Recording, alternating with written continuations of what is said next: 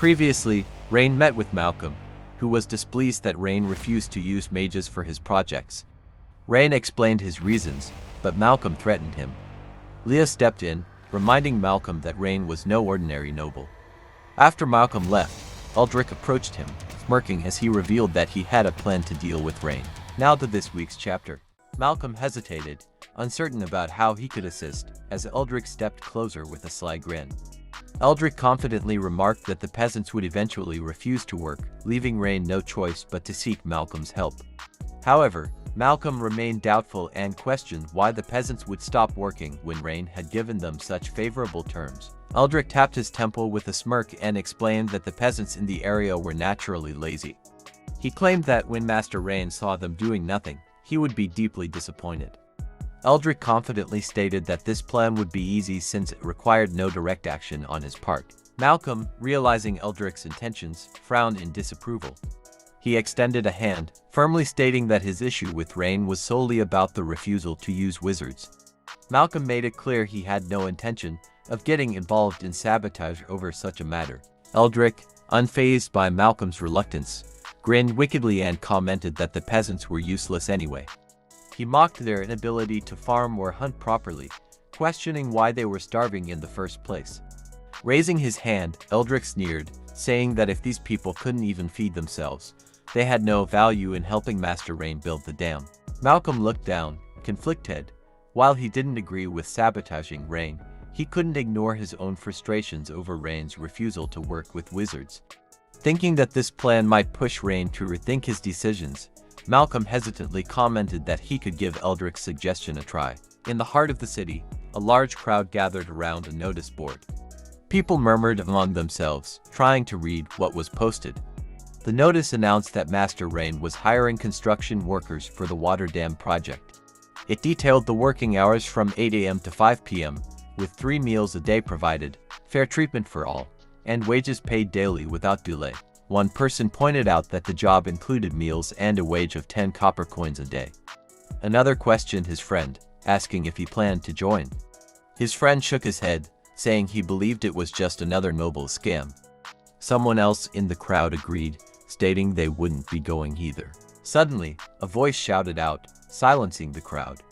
It was Lillian, who firmly declared that they should not dare to slander his lordship's name. She went on to say that Lord Rain had told her personally that he was trying to make everyone's life better. The crowd turned their attention to her, but many laughed dismissively, saying she was just a little girl and wouldn't know anything. Undeterred, Lillian walked confidently to the front of the gathering. Her father, standing nearby, questioned if she had feelings for the new lord. Ignoring him, she addressed the person managing the sign-ups and announced that she and her father wanted to apply for the dam project. The clerk, glancing at the list, informed her that only her father could be accepted at this time. Lillian looked confused, questioning why she couldn't join since she believed she was strong enough to work. The clerk patiently explained that Master Rain had established strict rules, one of which prohibited hiring anyone under the age of 18. He asked for her age, then quickly clarified that even if he wanted to hire her behind Master Rain's back, they would surely face punishment. Turning to her father, the clerk explained the terms of the dam project. He would work 8 hours a day, with 3 meals provided, and receive a wage of 10 copper coins at the end of each day. He then handed him a piece of paper and asked him to mark his handprint on it as proof of agreement.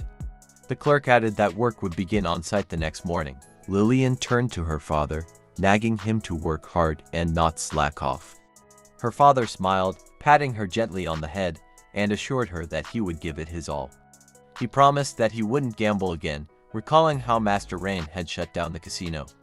With a determined look, he added that he wouldn't let Master Rain down. As her father hugged Lillian, he reassured her to stay home and take care of her sick mother, who couldn't work in the fields at the moment.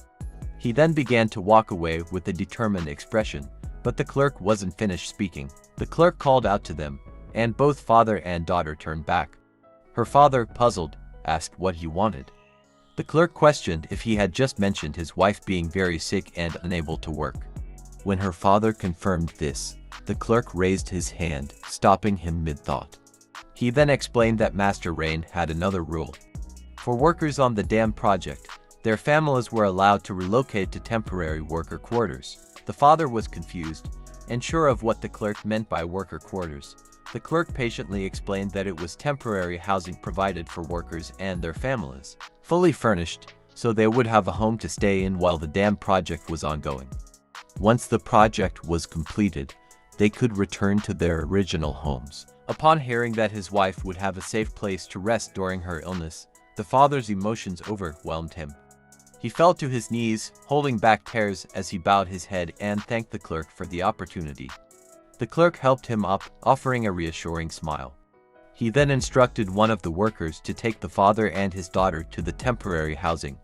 He added that the father could return to collect his wife and bring her to the new quarters. The atmosphere in the crowd shifted from skepticism to excitement. The laughter from earlier was replaced with cheers as the people began to realize that the notice was genuine. One person called out, expressing relief that the new city lord was actually offering real work opportunities. Another voiced their eagerness to join the project, encouraged by the promises of steady wages and meals. The staff overseeing the sign-up process called out, urging everyone to form an orderly line and reminding them not to push.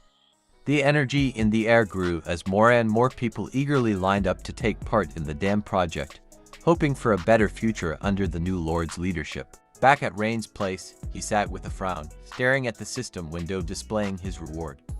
A blueprint for batteries had been granted, but it wasn't what he had hoped for.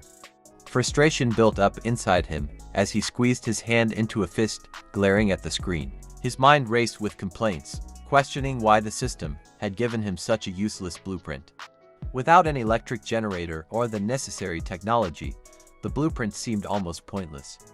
Rain's anger grew as he thought about how little he could do with it, feeling the system had failed to meet his expectations. The system then displayed his current mission, to get 5 high-status individuals to join him. Rain placed a hand on his head, closing his eyes as he processed the task. He wondered where he would even find these people, and how he could convince them to join his cause. His thoughts wandered back to Leah and her impressive stats, all in the 90s, with loyalty at a perfect 100. As he recalled her abilities, he realized there wasn't much more he could do to improve her. She was already far ahead of most. With a sigh, he thought about the city he was in. The prospects seemed slim, but he had no choice but to look around the city and hopefully find someone who could fit the bill. It wasn't going to be easy, but he was determined to find a way. Just then, Leah called out to Rain, informing him that Lillian was there to see him. He told her to let her in. Lillian rushed into the room with a worried expression, immediately stating that something odd was happening at the construction site. She explained that everyone was slacking off, and Rain, confused, questioned if it was true. Lillian clarified that when she went to check on her father, he seemed drained and explained that he wasn't slacking off. He was simply feeling tired since he woke up that morning. He wasn't the only one either, as she had shouted at everyone to stop slacking off. One of the workers admitted they were all really tired and weren't sure why. Another worker speculated it might be because it had been so long since they'd done actual physical work, while yet another suggested they might feel better tomorrow. Lillian, clearly frustrated, screamed at them all, insisting they were just being lazy and that Master Rain had given them a generous offer. A few minutes later, Rain, Leah, and Lillian arrived at the construction site. Rain observed the workers and commented that there was no disease spreading through them, so he suspected something else was at play. Lillian urged him to tell everyone to stop slacking off and get back to work. As they walked through the site, Rain noticed Lillian's father lying on the ground, asleep. His loyalty stat was at 90, which made Rain pause and thought, something didn't seem right. He examined the father more closely and noticed an anomaly in his stats, which indicated that he had been cursed. Turning to Lillian, Rain explained that her father and the other workers weren't sick. Near the work site, lightning was striking from the ground. A shadow beneath the earth seemed to be the source of the electrical bursts. Rain immediately stated that the workers had a curse over them. Thanks for watching. If you enjoyed it, please subscribe and like. It really helps me out.